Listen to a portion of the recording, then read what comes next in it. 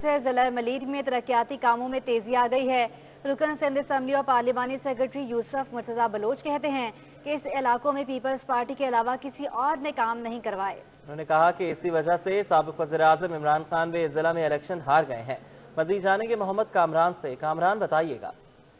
जी बिल्कुल, आज हम ज़िला मलेर के अंदर मौजूद हैं, जहां पे पाकिस्तान पीपल्स पार्टी हुकूमत सिंध की जानिब से तरक्याती कामों का जाल बिछाया जा रहा है। इस वक्त इसी हवाले से बात करने के लिए हम मौजूद हैं रुकन सिंध असम्बली पार्लिमानी सेक्रेटरी यूसुफ मुर्तजा बलोच के साथ। यूसुफ मुर्तजा बलोच साहब, बताएगा मलीर में ख़ासतौर पर जिस इलाके में इस वक्त यहाँ पे हम मौजूद हैं, जब हम आते साल पहले अगर हम यहाँ आते थे तो कचरे के और सीवरेज के बहुत मसाइल थे, तो अब इस में देख रहे हैं इलाके में कुछ हद तक कुछ इलाकों में काम हो गया और अभी मजीद काम होता हुआ नजर आ रहा है।